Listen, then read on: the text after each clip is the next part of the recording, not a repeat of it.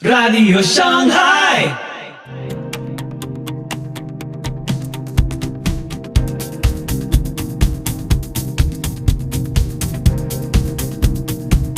Muy buenos días, muy buenas tardes, muy buenas noches. Soy Pipo Biglione.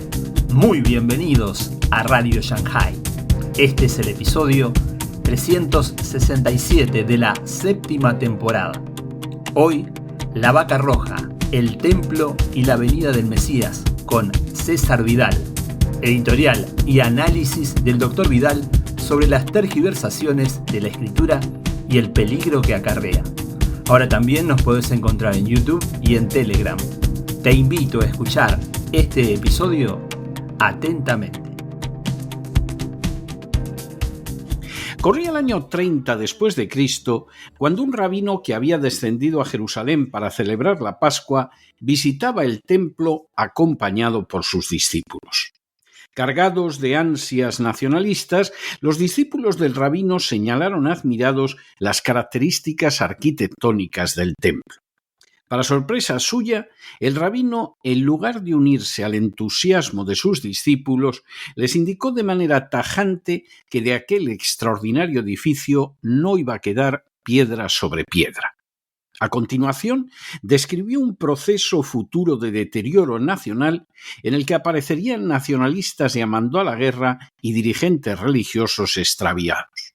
Esa crisis acabaría desembocando en el hecho de que Jerusalén sería rodeada por ejércitos extranjeros y arrasada, y en esa inmensa destrucción estaría incluido el templo que tanta admiración les causaba. No solo eso. Todos y cada uno de esos acontecimientos tendrían lugar en el plazo de una generación, es decir, de 40 años. Por increíble que pudiera parecer, las palabras del rabino se cumplieron con una precisión matemática. Durante los años siguientes a aquella conversación no dejaron de aparecer dirigentes judíos cada vez más nacionalistas y agresivos contra los gentiles que legitimaban su discurso aparentemente apelando a las Escrituras. En un momento determinado, incluso se produjo una sublevación contra Roma que inicialmente dio la sensación de que iba a tener éxito. Pero no fue así. Al fin y a la postre, justo cuando se cumplían los 40 años de la generación, en el año 70 después de Cristo, las legiones romanas no solo penetraron en Jerusalén arrasando la ciudad, sino que también destruyeron el templo. En un cumplimiento literal de la profecía de aquel rabino, no quedó piedra sobre piedra, porque cuando el fuego derritió los elementos de oro que había en el templo y que cayeron hasta las piedras sobre las que se levantaba, los soldados romanos las removieron para poder sacar de entre sus junturas cualquier mínimo fragmento de oro que hubiera podido deslizarse entre ellas. Se trató de la peor catástrofe de la historia judía. Por cierto, el rabino en cuestión, que profetizó con meticulosa exactitud el desastre que se cumpliría en una generación, se llamaba Jesús de Nazaret. En las últimas horas hemos tenido nuevas noticias sobre la lectura del actual conflicto en Israel que está realizando un importante sector de la sociedad judía. Sin ánimo de ser exhaustivos, los hechos son los siguientes. Primero, el Jerusalem Post, un importante periódico de Israel, ha publicado hace unos días un artículo en el que indica lo que debería ser el curso próximo de la guerra que se libra en Oriente Medio. Segundo, titulado La Vaca Roja, Amalek y las reacciones de las naciones y firmado por Mark Fisher-Priel, el artículo se detiene en mostrar una interpretación espiritual del actual conflicto a la luz de la enseñanza de rabinos como el rabí Shai Tahan, el Rosh Kolel de Shaarei Ezra.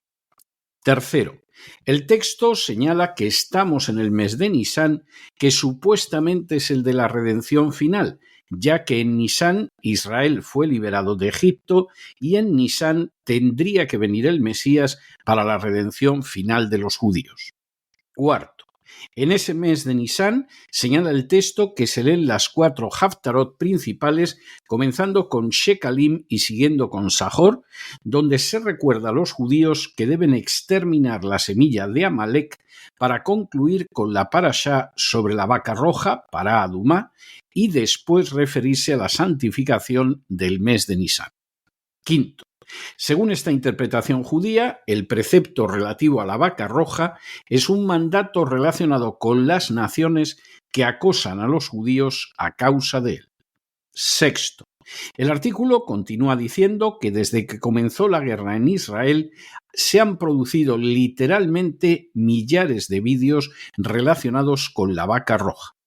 Séptimo, según el autor del artículo, parece que todo el mundo está preocupado con la vaca roja, salvo los judíos.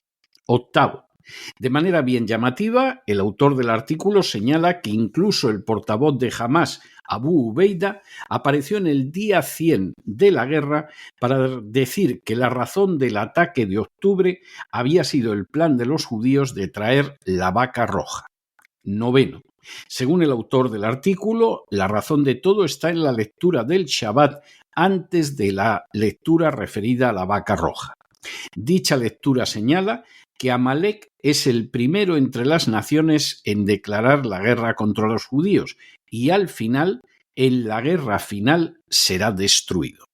Décimo, esta lectura significaría que la primera guerra de Israel fue con Amalek y también lo será la última antes de la llegada del Mesías.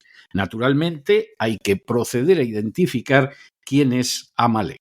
Undécimo, el autor del artículo señala cómo muchos rabinos han interpretado a Amalek como una referencia a Alemania, pero en realidad tendría que interpretarse como una referencia a la raza aria, lo que incluiría de manera expresa a los iraníes.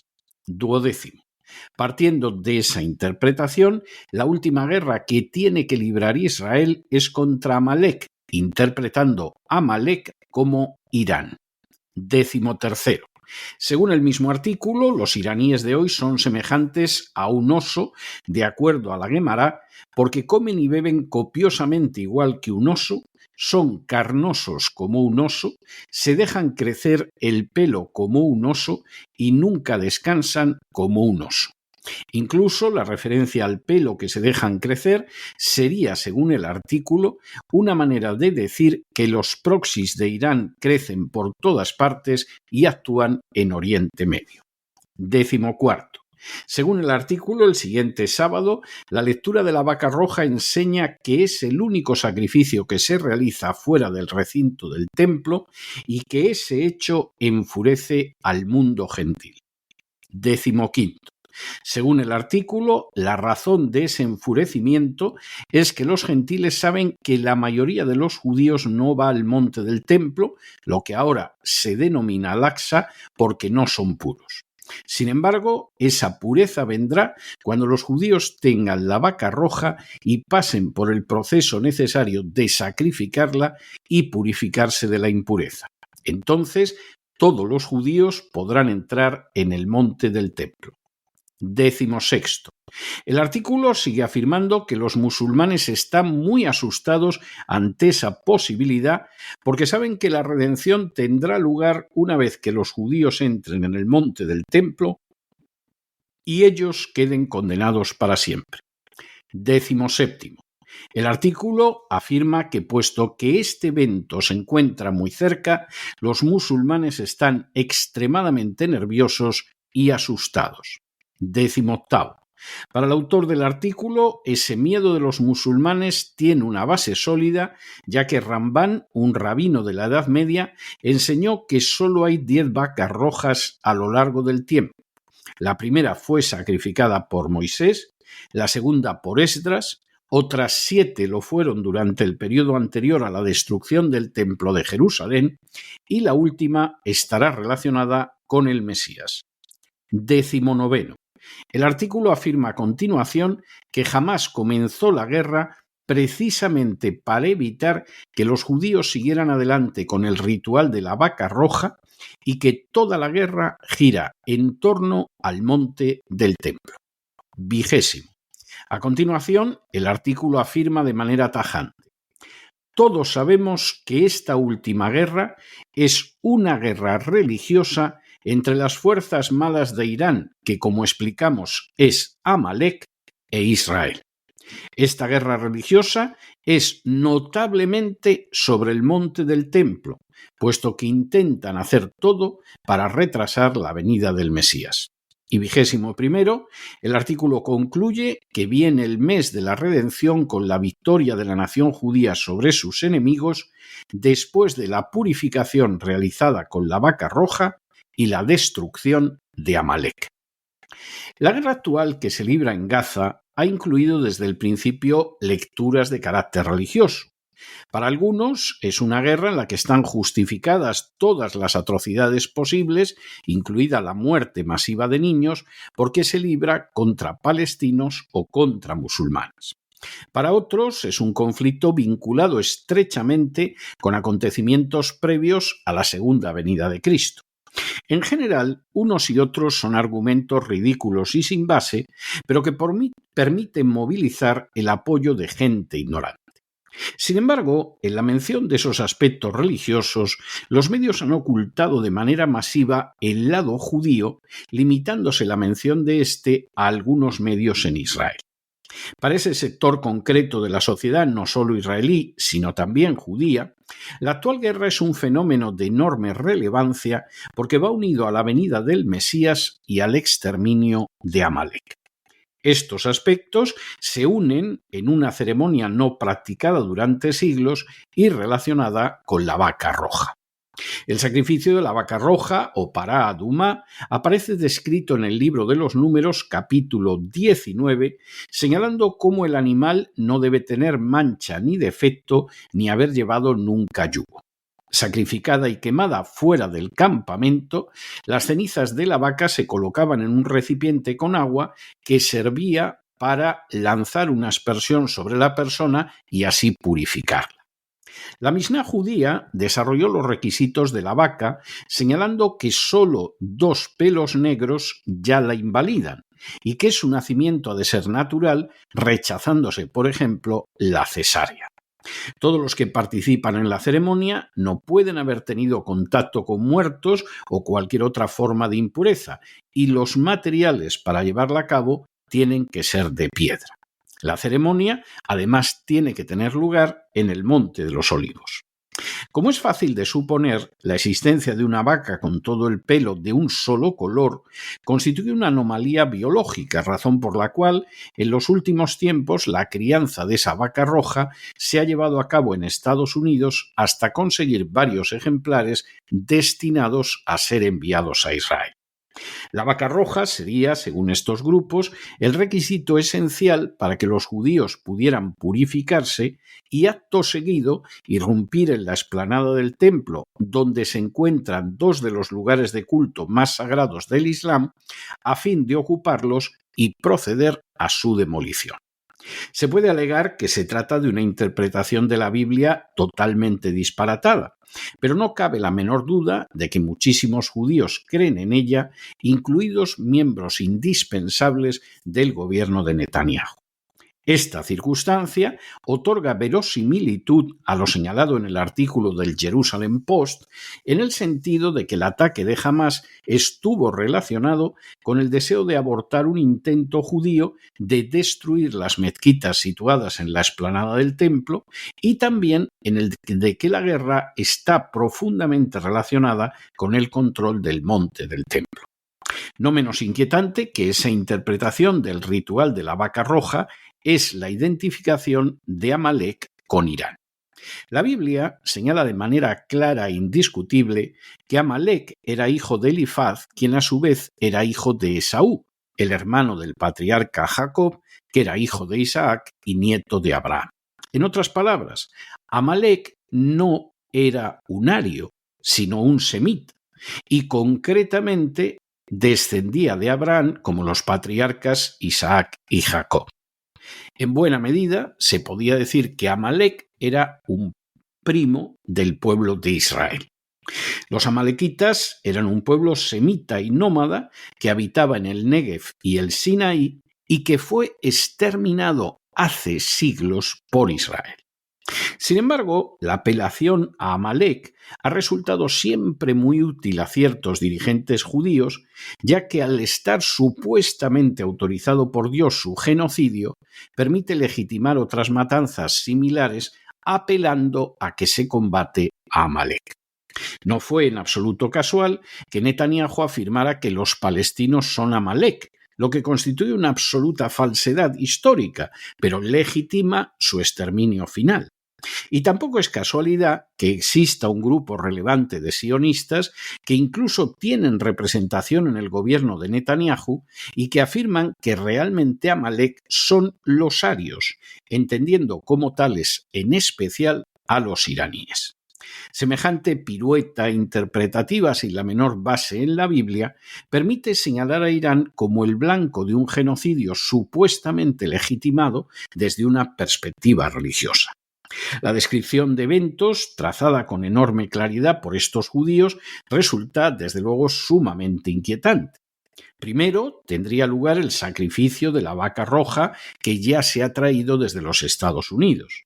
Este sacrificio, supuestamente, sería temido por los musulmanes porque saben lo que vendría a continuación. Segundo, las cenizas de la vaca roja sacrificada purificarían al grupo de judíos que asaltaría el monte del templo para atacar las mezquitas enclavadas en el mismo y proceder a su demolición.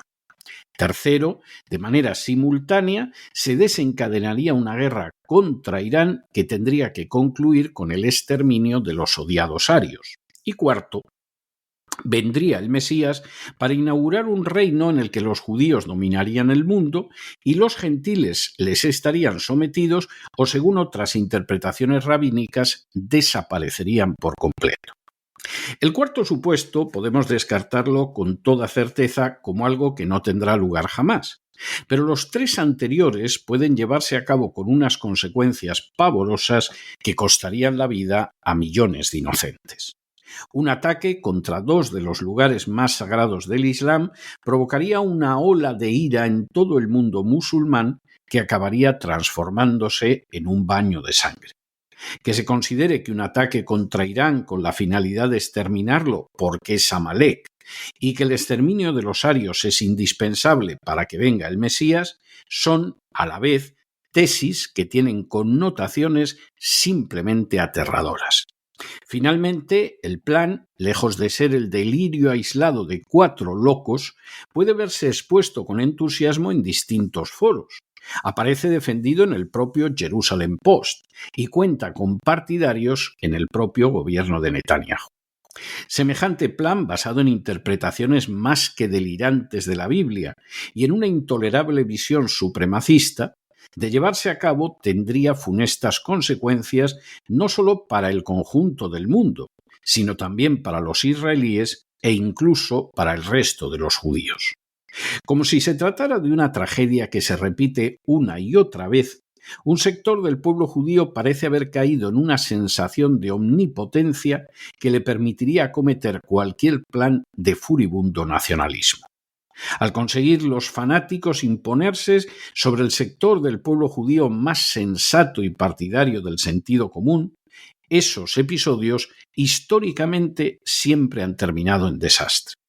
Acabó en desastre en la revuelta de Roma, en la revuelta contra Roma del año 66, que desembocó en la destrucción del Estado judío, el arrasamiento de Jerusalén y la demolición del templo, con los últimos rebeldes judíos suicidándose en masa y matando a sus familias en la fortaleza de Masada.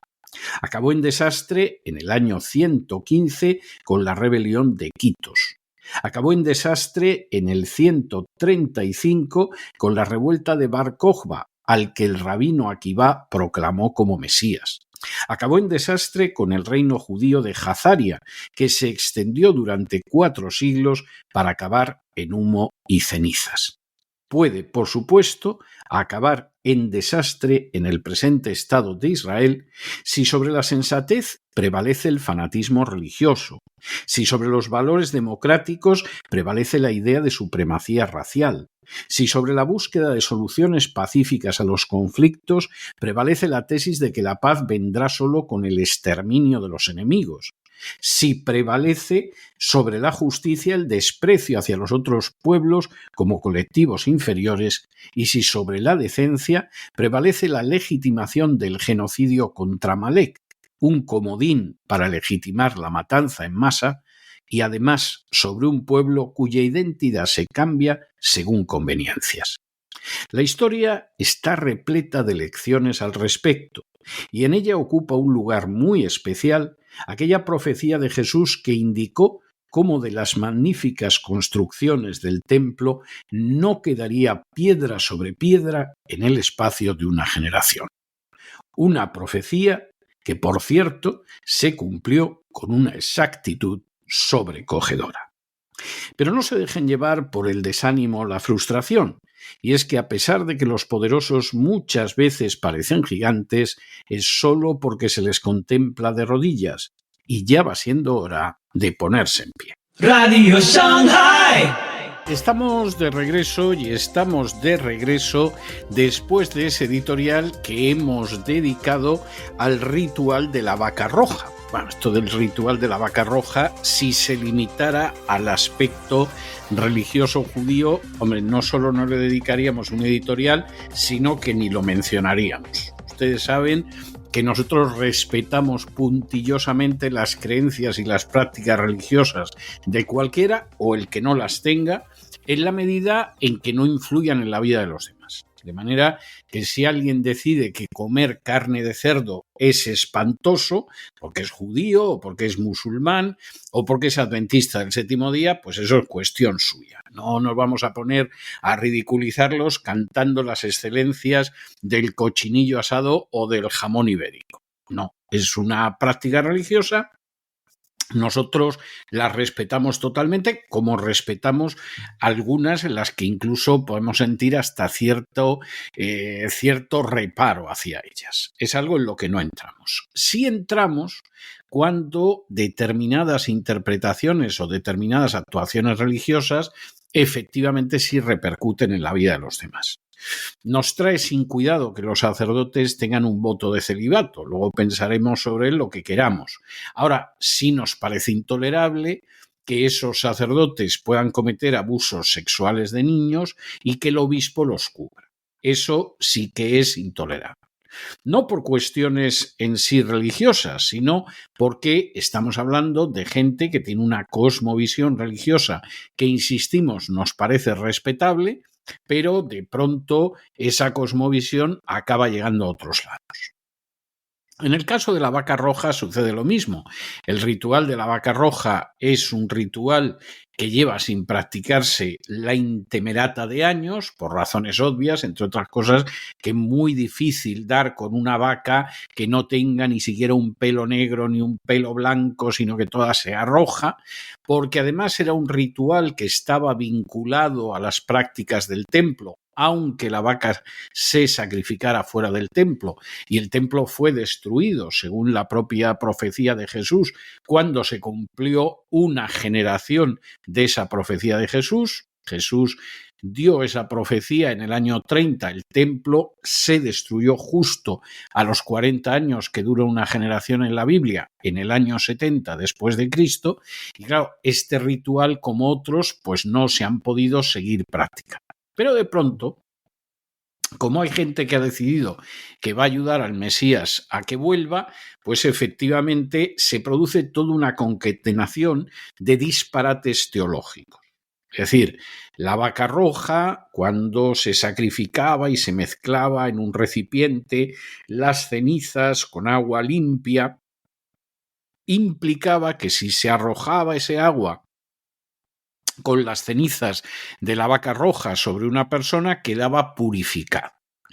Y esa persona purificada ya con el agua, con las cenizas de la vaca roja, puede llegar a un lugar absolutamente impuro, como según los judíos es la explanada del templo, y una vez purificados y llegando a la explanada del templo, acabamos con las mezquitas que hay, en realidad una mezquita, la de Al-Aqsa, y un santuario que es el Domo de la Roca, acabamos con eso, lo demolemos y lo que va a suceder inmediatamente es la venida del Mesías y la inauguración de un reino en el que, según el rabino al que escuches, o los judíos van a dominar a los pueblos gentiles que se van a convertir en sus esclavos, o incluso los pueblos gentiles van a desaparecer y así estorban menos. Ahí los testimonios que pueden encontrar ustedes en internet, sin ir más lejos, de distintos rabinos judíos, abonan una tesis o abonan la otra. En paralelo a eso, tiene supuestamente que producirse la última gran guerra de Israel contra Amalek.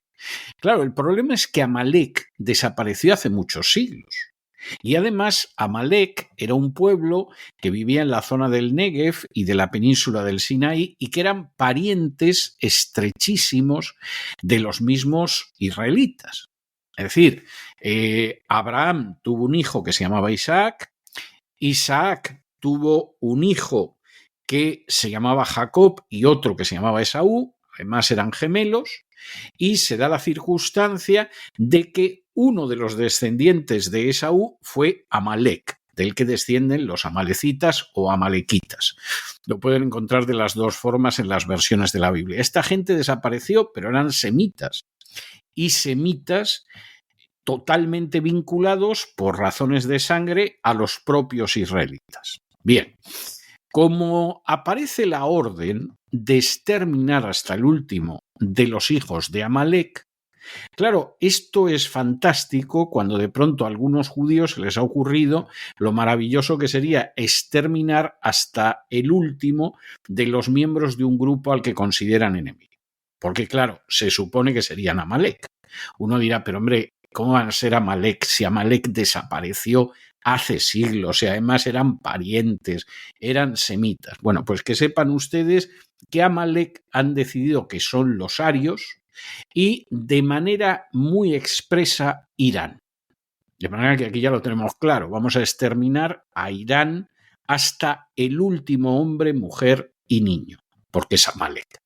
Claro, como lo de Amalek queda también, en un momento determinado, Netanyahu, al inicio de la actual guerra, identificó a los palestinos con Amalek, lo cual en los comentaristas occidentales ignorantes de estas cosas dirían, ¿y quién es Amalek?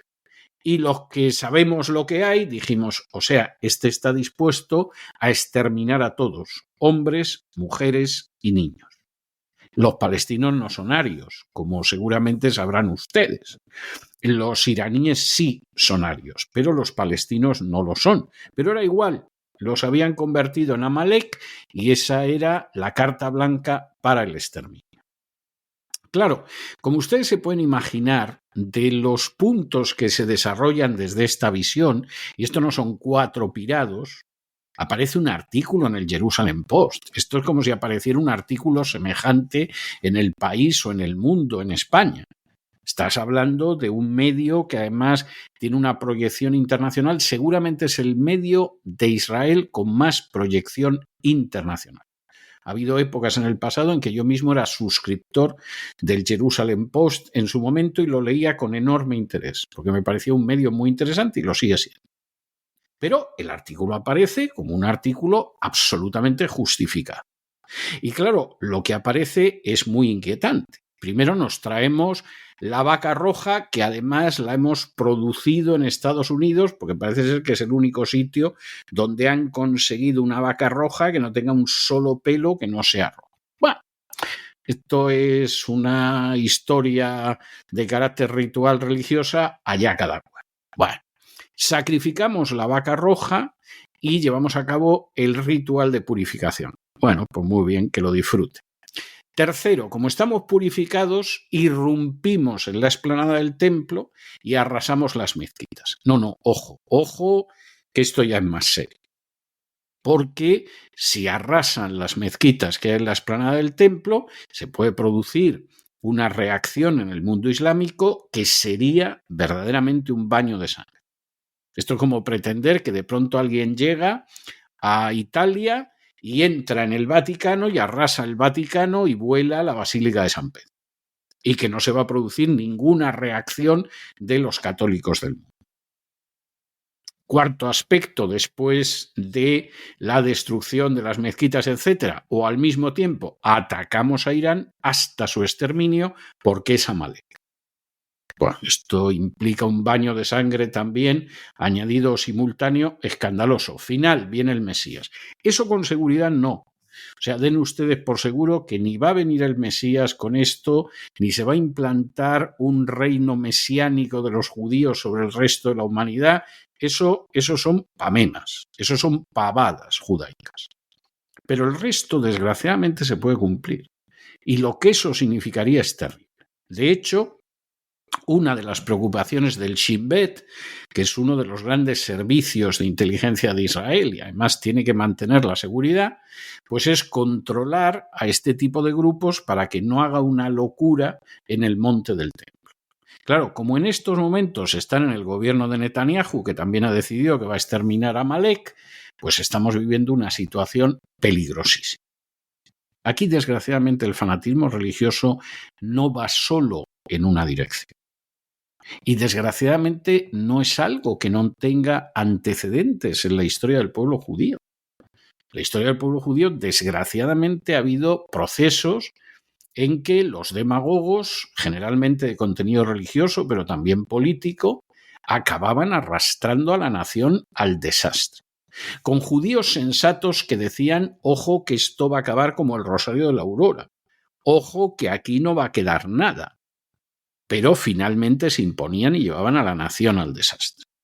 Y si alguien quiere leer una lectura verdaderamente importantísima para comprender ese proceso, no tiene nada más que leer La guerra de los judíos de Josefo, que es un libro sin el cual no es posible comprender el judaísmo del siglo I, ni mucho de lo que ha sucedido después con los judíos, ni siquiera libros como el libro bíblico del Apocalipsis.